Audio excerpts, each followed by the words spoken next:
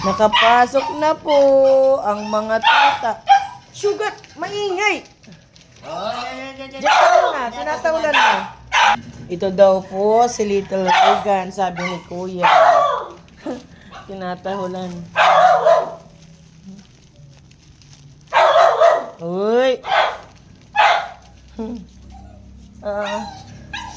Ayun na. Napay mo.